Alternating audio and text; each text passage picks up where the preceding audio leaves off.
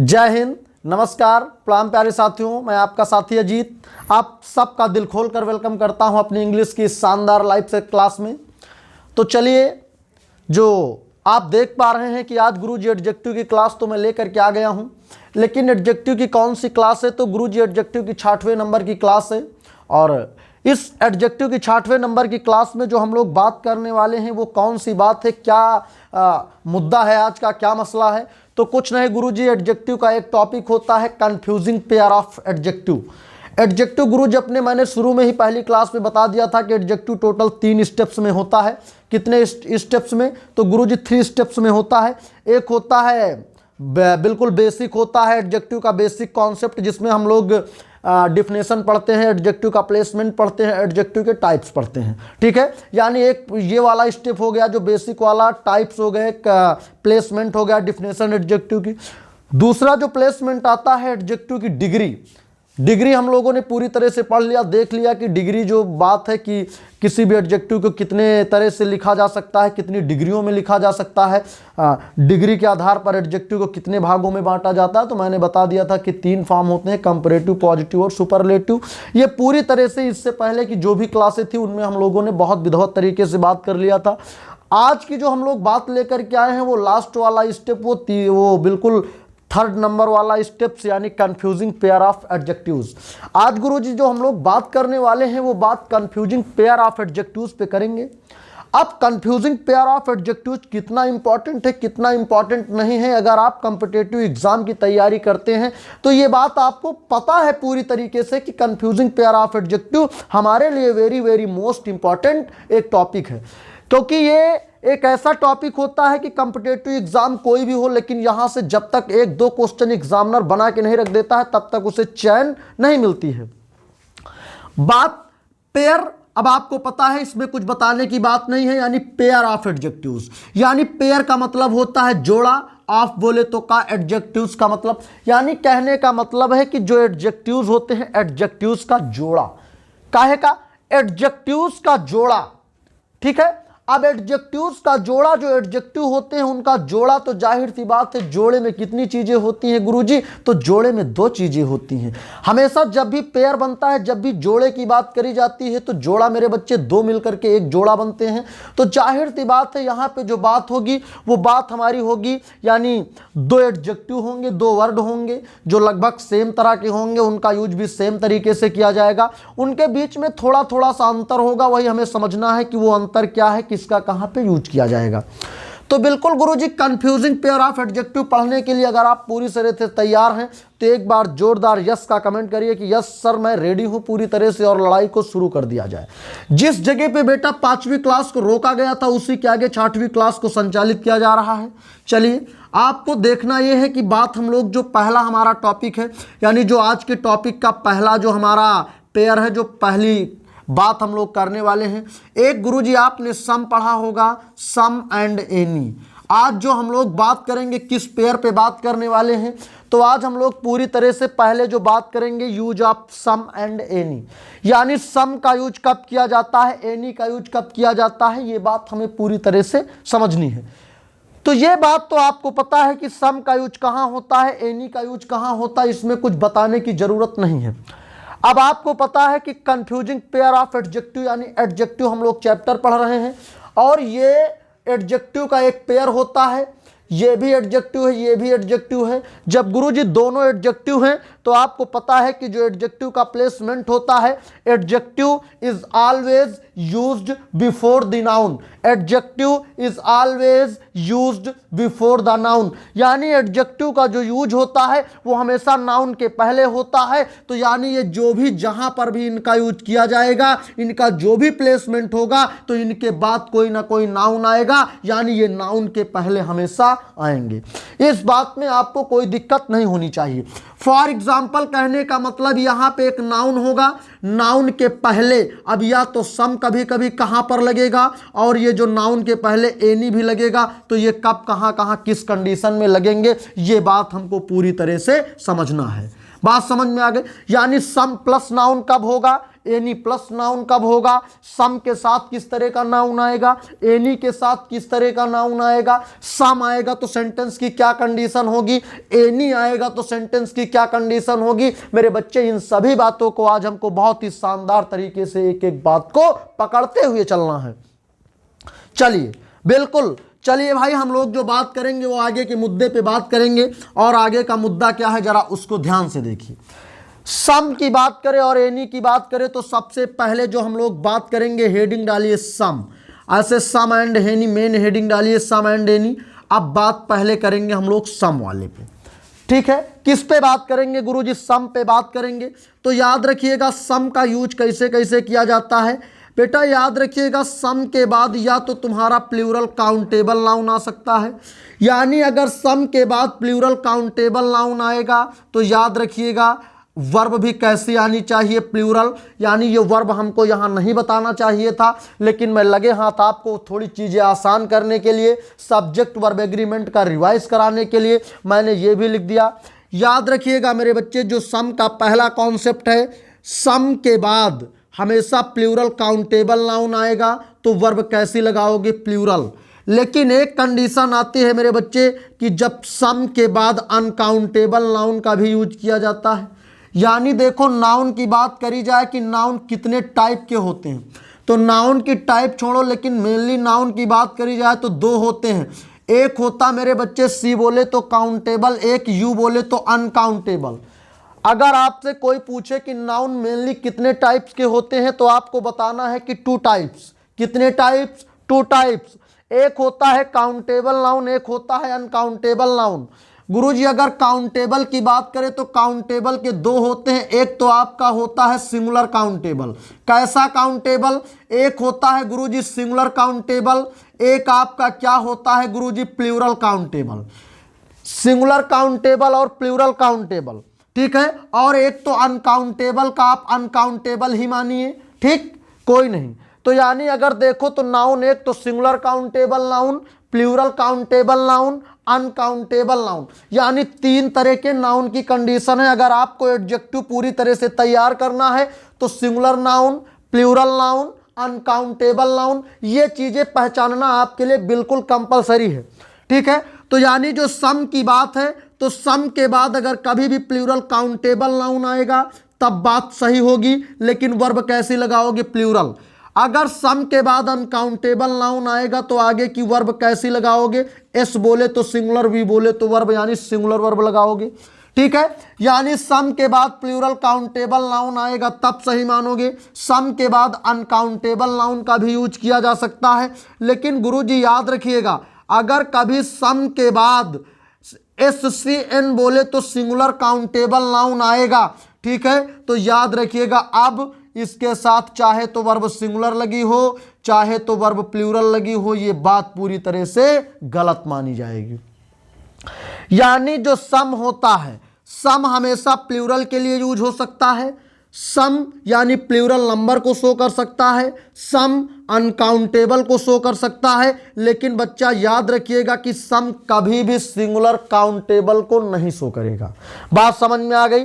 तो आपको याद रखना है कि सम का यूज यानी सम प्लूरल काउंटेबल नाउन के पहले भी आ सकता है, सम अनकाउंटेबल नाउन के पहले भी आ सकता है। यानी 2 कंडीशन होती हैं जिन कंडीशन में नाउन के पहले सम आ सकता है, बाकी कभी भी सिंगुलर काउंटेबल नाउन के पहले सम नहीं आएगा।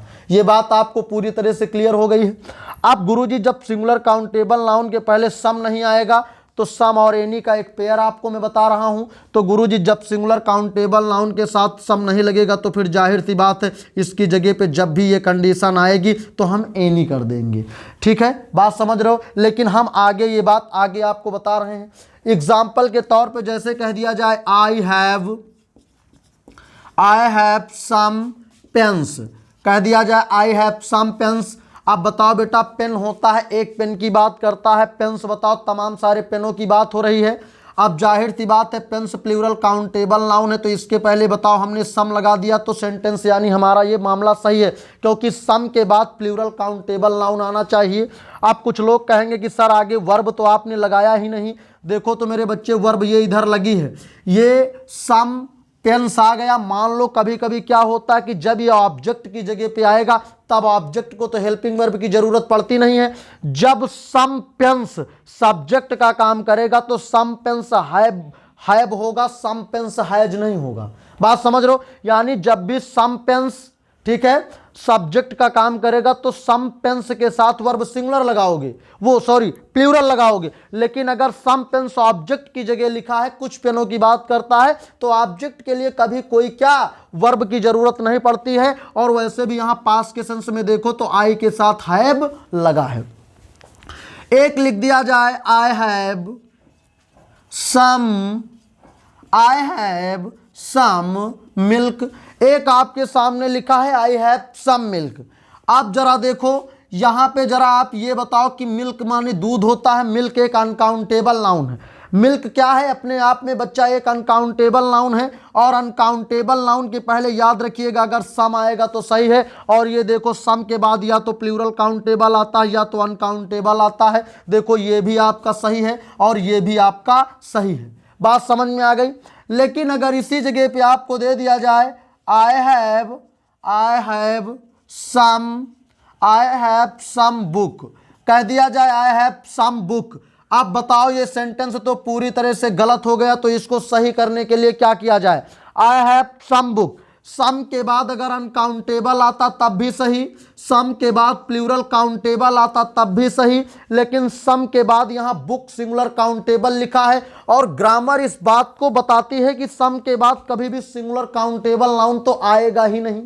ये फिल करने के लिए एग्जाम चाहे एकेडमिक पोर्शन का हो या कॉम्पिटिटिव हो, यानी कोई भी एग्जाम हो, यहां से तो बिल्कुल श्योर है। अगर आपको अंग्रेजी में जरा सा भी बात सीखनी है, किसी भी सेंटेंस को समझना है कि सेंटेंस में क्या लिखा, उसका क्या मतलब है, तो इन सब बातों को समझना बहुत जरूरी है। अगर आप इन बातों में अंतर नहीं समझ पाते हैं तो कभी भी आप कॉम्पिटिटिव ग्रामर हो या एकेडमिक ग्रामर हो या स्पीकिंग हो, उसमें आप कभी भी 100% नहीं कर पाएंगे। और अगर आप 100% नहीं कर सकते हैं तो इसका मतलब कि कोई मतलब उस चीज का नहीं है। इसीलिए पूरी की पूरी बातों को आप लोगों को एक एक तरह से समझते चलना है। तो बिल्कुल ये गलत है। अब गलत तो है लेकिन कुछ लोग क्या करेंगे, कहीं नहीं यार एक काम करो कि सम के बाद जैसे बुक आया है तो गलत है, जैसे सम बुक्स कर दिया जाए तो कुछ किताबें सही हो जाएगा ना। तुमको तो लगता है कि सही हो जाएगा, सम बुक्स कर दो तो सही हो जाएगा। लेकिन बच्चा याद रखिएगा कभी भी आपको नाउन के साथ कोई इंटरफेयर नहीं करना है। जो भी इंटरफेयर करना है इसमें करना है। किसमें? इसमें आपको जो भी इंटरफेयर करना है। बात समझ में आ गई? तो वो बात हम अभी आपको बताएंगे कि इसमें कब क्या करोगे। यहां पे एनी करोगे तो आई हैव एनी बुक क्या हो जाएगा, ठीक है? ये बात आपको समझ लेना है कायदे से। अगर ये सेंटेंस में एक ही पार्ट में दिया गया है तब तो ठीक है, आपने एरर लगा दिया, चाहे तो तुम यहां पे फिर आप बुक्स समझ के कर दो या कुछ भी। लेकिन अगर आपको कभी भी इस तरह से यहां से डिवाइड कर दे, सम को अलग पेयर में कर दे, बुक को अलग पेयर में कर दे, तो याद रखिएगा उस कंडीशन में बुक वाले में नहीं, एरर सम वाले में लगाओगे। और सम के प्लेस पर क्या कर दिया जाना चाहिए? एनी कर दिया जाना चाहिए। तो बताइएगा सभी लोग, क्या सम का कॉन्सेप्ट पूरी तरह से आप लोगों के दिमाग में गया? सम का कॉन्सेप्ट बिल्कुल आप लोगों के दिमाग में गया? जल्दी से कमेंट करके बताइए कि यस सर, जो भी सम का यूज है वो आज से हम कभी नहीं भूलेंगे। याद रखिएगा कि सम के बाद अगर अनकाउंटेबल नाउन आया तब भी सही, सम के बाद प्लूरल काउंटेबल नाउन आया तब भी सही, लेकिन सम के बाद कभी भी सिंगुलर काउंटेबल नहीं आएगा। अब अगली हेडिंग डालिएगा सभी लोग एनी। क्या डालिएगा? एनी। अगली हेडिंग सभी लोग डाल दीजिएगा एनी। अब बात हम लोग सम और एनी का करेंगे तो याद रखिएगा बेटा, जिस जगह पे सम ना लगेगा उस जगह पे एनी लगेगा, जिस जगह पे एनी ना लगेगा उस जगह पे क्या लगेगा? सम लगेगा। दोनों का पेयर आपको याद रखना है। चलिए भाई आगे चलते हैं। आगे सम और एनी की बात है। सम समझ गए, एनी को समझ लेते हैं, 1 नंबर भगवान की कृपा से पक्का हो जाएगा। ठीक है, चलिए कोई बात नहीं।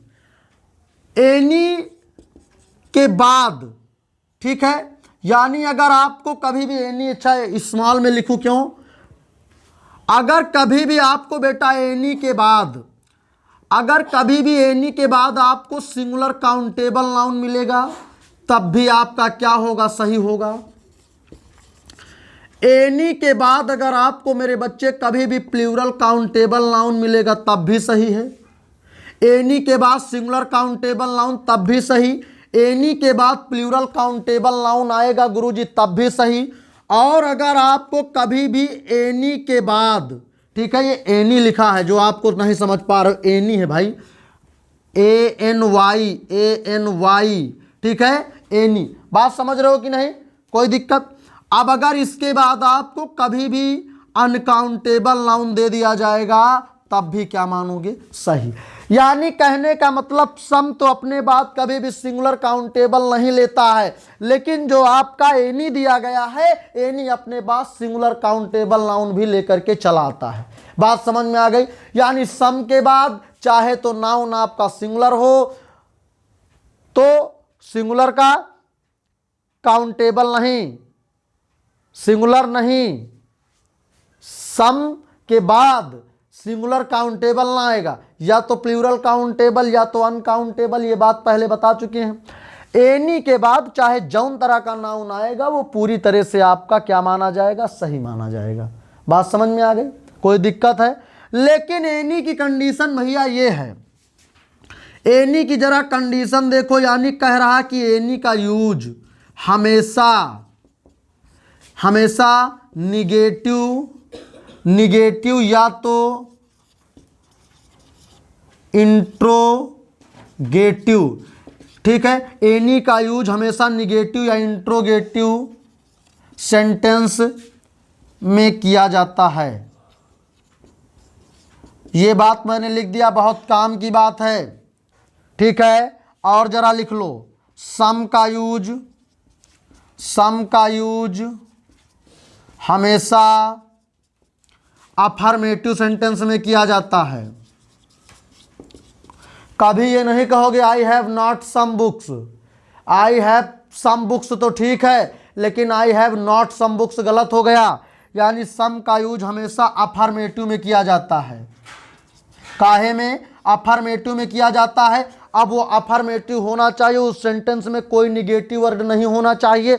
अगर वो अफर्मेटिव है तब भी सही। एक होता है इंट्रोगेटिव एंड निगेटिव, एक इंट्रोगेटिव सिंपल वाला होता है, तो इंट्रोगेटिव में भी ठीक है। यानी ये जब भी सम का यूज किया जाएगा तो उस सेंटेंस में किसी भी निगेटिव वर्ड का यूज नहीं होना चाहिए बस।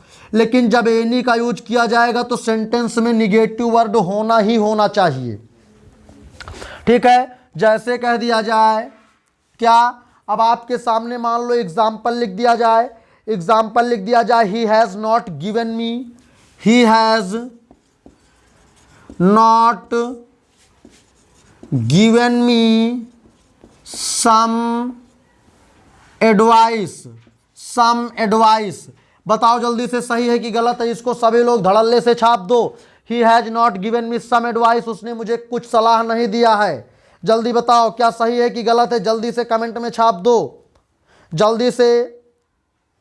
अगला लिखो।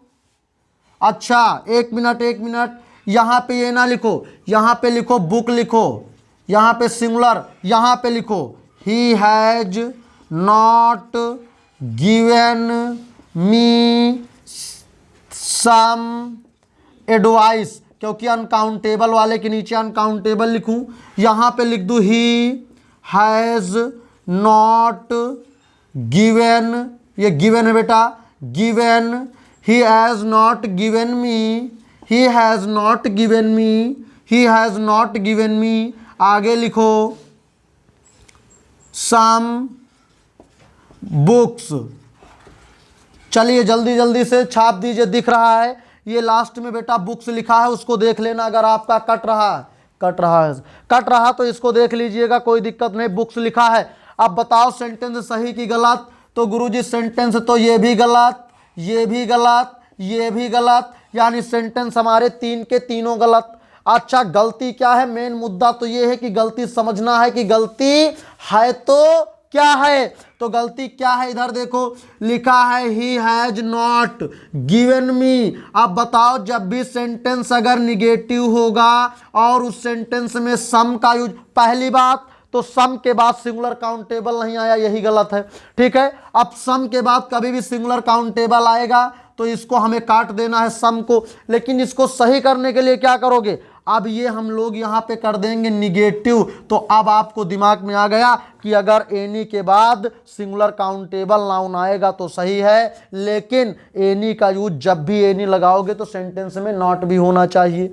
इधर देखो, he has not given me some books, गुरुजी निगेटिव आया तो सम नहीं, क्या लगाओ यहाँ पे, एनी लगाओ। ही एनी प्लस अनकाउंटेबल, कुछ नहीं, he has not given me some advice, नहीं गुरुजी क्या करोगे, एनी एडवाइस, उसने मुझे कुछ सलाह नहीं, उसने मुझे कोई सलाह नहीं दिया है। बात समझ में आ गई, उसने मुझे कोई सलाह नहीं दिया है। ठीक है, कुछ सलाह नहीं, कोई सलाह नहीं दिया है, नथिंग। ठीक, तो ये बात आपको समझ में आ गई होगी कि एनी के बाद नाउन चाहे जिस तरह का आएगा, लेकिन सेंटेंस आपका निगेटिव होना चाहिए बस। अगर निगेटिव सेंटेंस में सम का यूज किया गया है तो उस सम को काट के क्या कर देना है, एनी कर देना है। ठीक है, समझ रहे हो बात, कोई दिक्कत है? अगर निगेटिव सेंटेंस में सम दिया गया है तो सम को काट के एनी करो, और अगर अफर्मेटिव सेंटेंस में एनी दिया गया है तो एनी को काट के सम करो। ठीक, और किसके बाद कौन सा नाउन आएगा, अगर आपको दिक्कत है तो स्क्रीनशॉट ले लो। ठीक है, पूरी तरह से एक एक बात को समझ लो, एक बार प्रैक्टिस कर लो, लिख लो। ठीक, और बिल्कुल डिस्क्रिप्शन में आपको लिंक दी हुई है फ्यूचर ग्रोथ लर्निंग ऐप की, वहां से आप ऐप डाउनलोड करिए, पूरी तरह से कॉन्सेप्ट भी आप तैयार कर लीजिए, कोई दिक्कत नहीं है। तो बिल्कुल आज की बात अगर आप लोगों को यहां तक की समझ में आई हो तो बताइए। चलिए अगली बात हम लोग करेंगे, अगली हेडिंग आज की जो लास्ट बात है, एक बात आज लगे हाथ कर लेते हैं मच एंड मैनी की। काहे कि गुरुजी बात कर लें मच एंड मैनी की बात। आज जो बात करने वाले हैं वो गुरुजी किस पे पहले बात करेंगे, पहले बात हम लोग करेंगे मच एंड मैनी पे। अब यानी एक पेयर तो पढ़ लिया सम एनी का, अब जरा हम लोग पढ़ लेते हैं मच और मैनी का। तो सबसे पहले जो हेडिंग हम लोग डालेंगे गुरुजी वो क्या डालेंगे, मच डालेंगे, और लिखेंगे इसका स्ट्रक्चर कि मच के बाद अगर आपका कभी भी अनकाउंटेबल नाउन आएगा तब क्या माना जाएगा, सही। अगर आपके पास मच के बाद प्लूरल काउंटेबल नाउन आया तो गलत। अगर कभी भी मच के बाद सिंगुलर काउंटेबल नाउन आया तो गुरुजी हो जाएगा गलत। यानी मच अपने बाद सिर्फ और सिर्फ एक नाउन लेगा, वो भी क्या नाउन लेगा गुरुजी, अनकाउंटेबल। मच अपने बाद अनकाउंटेबल नाउन लेगा। अगर मच के बाद अनकाउंटेबल नाउन दिया गया है और वो सेंटेंस में सब्जेक्ट का काम करता है तो उसको आप किस जगह पे रखोगे, तो उसको जब सेंटेंस में मच के साथ अनकाउंटेबल नाउन दिया है और मच प्लस अनकाउंटेबल नाउन किसी भी सेंटेंस में सब्जेक्ट का काम करता है तो उसके साथ वर्ब भी कैसी लगाओगे, सिंगुलर लगाओगे, प्लूरल नहीं singular. Much plus uncountable noun as a subject use है तो उस कंडीशन में उसके साथ वर्ब प्लूरल ना बाबू सिंगुलर लगेगी। यानी मच एक ऐसा वर्ड है, मच एक ऐसा एडजेक्टिव है कि मच अपने बाद केवल और केवल अनकाउंटेबल नाउन लेगा और किसी भी नाउन को नहीं लेगा। मच ना तो कभी प्लूरल काउंटेबल को लेगा ना तो सिंगुलर काउंटेबल को लेगा। यानी मच के साथ केवल और केवल आएगा तो गुरुजी अनकाउंटेबल नाउन। सेंटेंस अफर्मेटिव हो या निगेटिव हो, अगर अनकाउंटेबल नाउन के पहले मच लगा है तो मामला पूरी तरह से आपका सही है। चलिए ठीक, लेकिन अगर बात इसी जगह हम मैनी की करें तो गुरुजी जरा मैनी वाली कंडीशन को देखिए। मैनी के बाद अगर प्लूरल काउंटेबल नाउन आएगा तब सही है। मैनी के बाद गुरुजी अगर सिंगुलर काउंटेबल नाउन आएगा तो गलत है। और मैनी के बाद अगर आपका अनकाउंटेबल आएगा तब भी गलत है। तो यानी कहने का मतलब कि मच अपने बाद सिर्फ और सिर्फ अनकाउंटेबल लेगा और मैनी सिर्फ और सिर्फ प्लूरल काउंटेबल लेगा। अगर प्लूरल काउंटेबल नाउन के पहले कभी भी आपको मच लिखा मिल जाए तो गलत है, मच को काट के मैनी कर देना है। ठीक है, बात समझ में आ गई। और अनकाउंटेबल के पहले मैनी मिल जाए तो गलत है, मैनी को काट के क्या कर देना है, मच। एग्जाम्पल के तौर पे कह दिया जाए I have much money, I have much money, I have much money for buy this car। जल्दी से देखिए इसको, ठीक है। अगला लिख दिया जाए, ये पहला सेंटेंस है, दूसरा लिख दिया जाए ही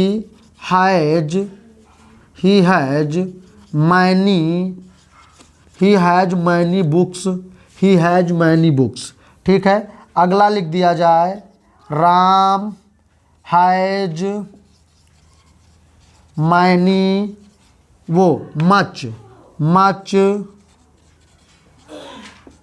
कॉपीज, ठीक है। Ram has much copies. अगला लिख दिया जाए क्या, सीता हैज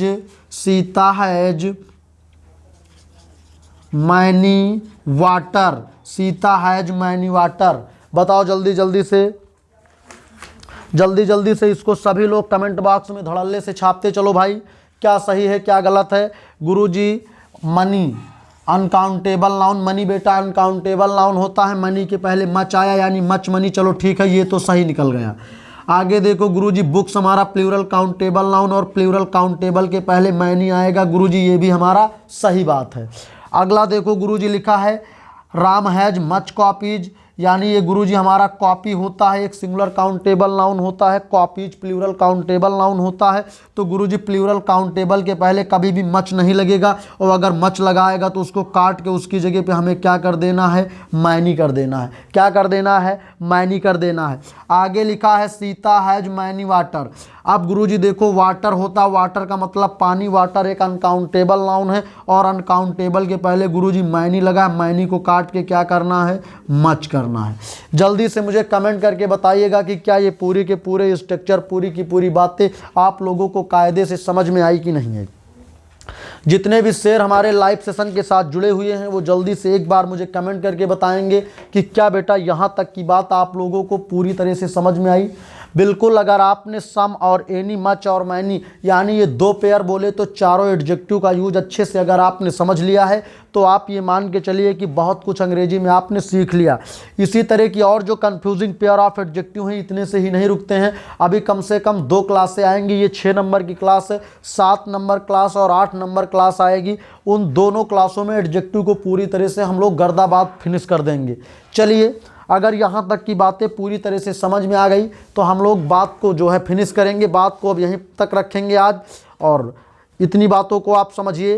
बिल्कुल आप हमारे चैनल की प्लेलिस्ट में जाइए और एक तरफ से पूरा इस अब की बार अग्निवीर के लिए विशेष बैच चलाया गया है, और बिल्कुल अग्निवीर विशेष इंग्लिश के लिए पूरी तरह से प्लेलिस्ट में जाइए, अग्निपथ बैच, इसी चैनल की प्लेलिस्ट अग्निपथ बैच में, और वहाँ पे आपको पूरी एक एक क्लास बहुत ही अच्छे से मिलेगी। और बिल्कुल डिस्क्रिप्शन में जाइए, ऐप को डाउनलोड करिए, वहाँ फ्री पूरी PDF नोट्स सब कुछ फ्री आपको मिलेगा, सब चीज़ की लिंक आपको दी गई हुई है। तो बिल्कुल मेरे बच्चे, आपको बहुत ही ईमानदारी के साथ आप पूरी क्लास को देखना है। चैनल पर नए हैं तो चैनल को सब्सक्राइब करें, अपने साथियों को शेयर करें ताकि ज़्यादा से ज़्यादा लोग हमारी लड़ाई के साथ जुड़ा करें। तो चलिए आज की बात को यहीं तक रखते हैं, बाकी की बात अगली क्लास में। तब तक के लिए थैंक यू क्लास। जय हिंद, जय हिंद।